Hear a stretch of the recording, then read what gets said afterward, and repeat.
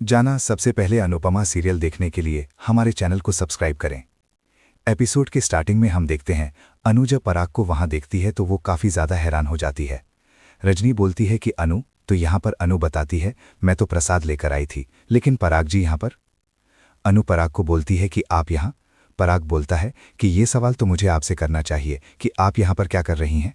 Catering, dance, fashion show के बाद क्या अब आप राजनीति के अंदर अपना हाथ आजमाना चाहती हैं? वैसे नेता बनने के आप में सारे गुण हैं। अनु बोलती है कि कान्हा जी की मर्जी होगी वैसा ही होगा। अगर कान्हा जी चाहते हैं कि मैं राजनीति में हूं तो मैं आ जाऊंगी।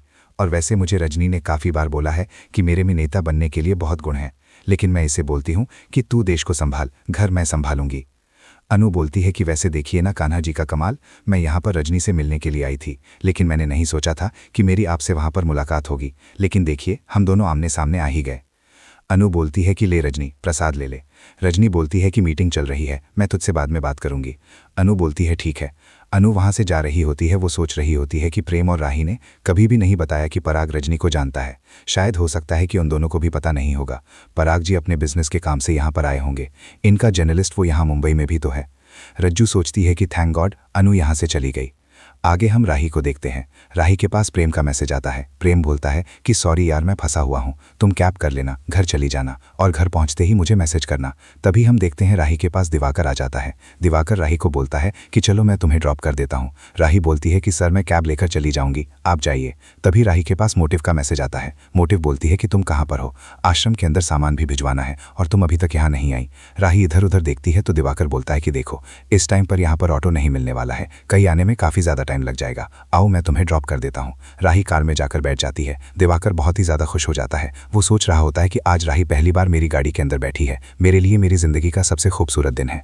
आगे हम अनु को देखते हैं। अनु देखती है कि वरुण अंधे आदमी की हेल्प कर रहा है। अनु बोलती है कि वरुण तुम यहाँ पर। वरुण बताता है कि मैं वड़ा पाव का स्टॉल का सामान लेने के लिए आया था। अनु बोलती है कि चलो ये देखकर अच्छा लग रहा है कि तुम दूसरे लोगों की मदद कर रहे हो। कुछ देर पहले का सीन दिखाया जाता है जहाँ रजनी वरुण को समझाती है कि अगर तुम्हें अनुपमा की नज़रों में अच्छा बनना है ना तो तुम्हें उसके जैसा बनना होगा। वरुण बोलता है मतलब बेवकूफ़ बनना होगा। रजनी बोलती है कि हाँ, दुनिया में आजकल जो कोई इंसान अपने से पहले दूसरों के बारे में सोचता है ना वो बेवकूफ़ी होता है, और अनु हमेशा ऐसा ही करती है। वो सबके लिए अच्छा करती है, अपने से पहले दूसरों के बारे में सोचती है। अनु जैसा बनने का इंटरेस्ट ना तो मुझे है और ना ही तुझे है, तो हमें बस एक्टिंग करनी है उसके जैसे बनने का। वरुण बोलता है कि मासी जिंदगी में बहुत गलतियां की हैं, अब बस अपनी गलतियों को सुधारने की कोशिश कर रहा हूँ। वरुण बोलता है ठीक है अब मैं चलता हूँ, शाम को लेट भी हो जाता हूँ, सामान भी तो लेकर आना है। अनु सोच रही होती है कि चलो अच्छी बात है ये सुधरने की कोशिश कर रहा है। इधर हम देखते हैं जो आदमी अंधा बनकर चल रहा था वो अंधा था ही नहीं, वरुण ने बस उसको पैसे दिए थे एक्टिंग करने के लिए।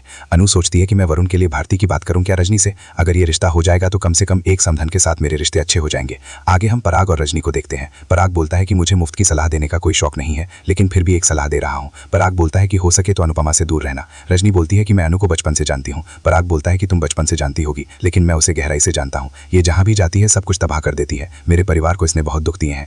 रजनी बोलती है कि अनु को तुम्हारे घर में कोई पसंद नहीं करता क्या? पराग बोलता है मेरे घर में भी कोई पसंद नहीं करता और इसकी खुद की मुंह बोली बेटी माही भी इसको पसंद नहीं करती। रजनी बोलती है मैंने तुम्हें आज यहाँ पर यह बताने के लिए नहीं बुलाया कि तुम्हारी समधन मेरी सहेली है, मैंने तुम्हें यह बताने के लिए बताया है कि हम लोग जिस चौल को गिराने वाले हैं वो पूर्वी छाया चौल है जिसमें अनुपमा रहती है। पराग बोलता है अनुपमा जी हमारे रास्ते के लिए मुश्किल बना सकती हैं, वो सबसे बड़ा पत्थर बनेगी। रजनी बोलती है अगर पत्थर को ठीक से संभाला जाए ना तो फूल भी बन सकता है। पराग कहीं ऐसा तो नहीं तुम्हें यह पता चला है कि उस चौल में तुम्हारी समधन का घर है, तो तुम अपना इरादा तो नहीं बदलोगे ना? पराग बोलता है कि तुम बताओ तुम क्या चाहती हो। रजनी बताती है कि मैं तो चाहती हूँ कि वो चौल गिरेगा, वहां पर टावर खड़ा होगा और उस चौल को गिराने के लिए एनओसी पर साइन अनुपमा ही करवाएगी। पराग बोलता है कि शायद तुम अनुपमा जी को अच्छे से नहीं जानती हो। रजनी बोलती है कि मैंने राजनीति में रहकर इतनी चालें चली हैं कि मुझे तो अब जिंदगी ही चाल लगने लग गई है, मैं ऐसा खेल खेलूंगी कि सामने वाले को पता भी नहीं चलेगा कि उसकी रानी कब मेरा मोहरा बन गई। रजनी बोलती है मुझे ये सब कुछ करने के लिए अनुपमा से रिश्ता बनाए रखना होगा, उसे नहीं पता चल सकता कि इस प्रोजेक्ट में मैं भी हिस्सेदार हूँ, वरना सब कुछ खराब हो जाएगा। मैं तो पीछे नहीं हट सकती, मैंने जो सोचा है वही होगा। अब तुम बताओ तुम इस प्रोजेक्ट में रहना चाहते हो या नहीं? आगे हम अनु को देखते हैं। वो चौल में आ जाती है। वो एक बच्ची को रोते हुए देखती है, उसको बोलती है कि क्या हुआ? वो बताती है कि हमारे पास वाली जो चौल है ना वो टूट रही है, उसमें मेरी दोस्त रहती थी, अब वो वहां से दूर चली जाएगी, हमारी चौल तो नहीं टूटेगी ना? अनु बोलती है कि हमारी चौल नहीं टूटेगी, हम सब लोग साथ रहेंगे। इधर हम अरुण को देखते हैं। वो किसी सामान मंगवाता है, वो वहां पर अनु को देखता है तो वो उस आदमी को पैसे दे देता है और सामान खुद उठाकर लेकर आता है। अनु अरुण को देखती है। अनु सोच रही होती है कि वैसे कान्हा जी ये हमारी चौल है ना, हमारे लिए न की है, मैं चाहती हूँ कि भारती के लिए भी यहाँ पर सब कुछ अच्छा हो, मैं यही चाहती हूँ कि भारती की विदाई इसी चौल से हो और वो हमेशा खुश रहे।